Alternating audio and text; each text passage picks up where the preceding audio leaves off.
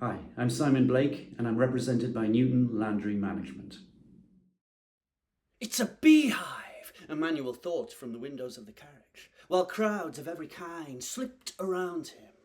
Children and old people, Orthodox Jews, Catholic priests, Chinese and Italians, black families walking to the park, card readers, tambourine players, English gentlemen, poets, beggars and soldiers, the grey stone buildings, the statues and the fountains, the gardens and the gutters.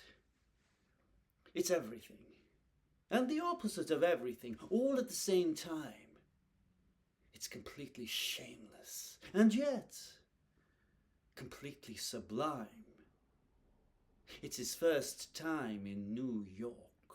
B'ra Hashem, New York, where the real money is made, the kind of money Teddy Wilkinson counts. Emmanuel Lehman was certain he needed to see the New York Cotton Fair with his own eyes.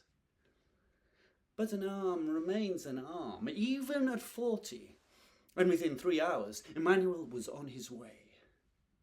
New York. The Cotton Fair occupies an entire neighborhood. Buyers and sellers everywhere. The deal-making tables, signs with prices, rolls of fabric and piles of raw cotton. Clouds of chalk as prices are written and rewritten, zeros, zeros, zeros. The different accents of the merchants from all over. Cylindrical tubes and lit cigars. The jangling of coins. The packs of bills. And the Jewish names. Rothschild, Sachs, Goldman. Emmanuel walks amongst them. He holds his chin up, even though he's no one.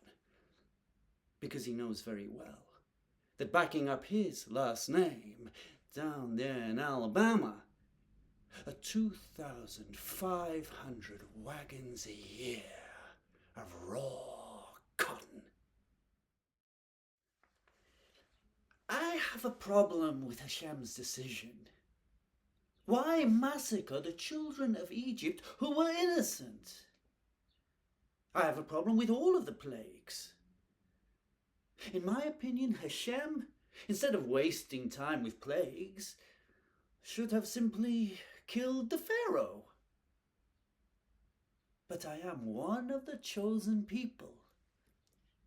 I will be quiet if you want me to be, Rabbi, but let it be known, I have a huge problem with this. Even though he was only 9 years old, there were many things with which Herbert Lehman had a problem. He has a problem with the fact that on Hanukkah, only the head of the family can light the candles. And it makes no sense to him at all that his brothers have their bar mitzvahs with all the blessings, while his sisters do not. His parents tried to explain to him that it's a tradition, and that traditions are not to be cast off lightly. But Herbert shakes his head. He doesn't care about tradition. He has a big problem with the idea that a brother is worth more than a sister.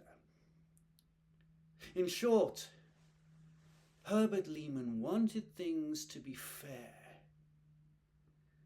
And in the world in which he found himself, that meant he would always have a problem. Since it started, this horrific Thursday morning, with everyone selling like crazy, Vernon has not stopped. He has not lost hope. His stocks, for the moment, hold their own. They fall, yes, but only 3%. The trick is to stay confident. Have another cigarette, Vernon. The drop is now 5%. 5% is still not a great loss. He reads the numbers on the board. Goldman Sachs have lost 30 million. Have another cigarette, Vernon. He checks his stocks. Down 15% in not even a half hour. Lifts his eyes back up to the board. Goldman Sachs have lost 40 million. Have another cigarette, Vernon. He checks his stocks. Down 25%. I can't come back from this. Goldman Sachs have lost 50 million. Have another cigarette, Vernon.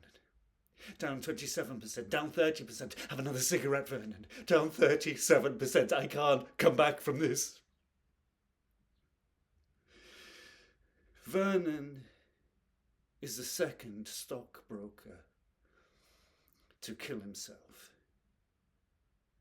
He shoots himself in the head at 10:32 a.m. at his desk on the second floor of Wall Street. He opens a drawer. Down 37, a bullet. Down 40, a trigger. Down 47.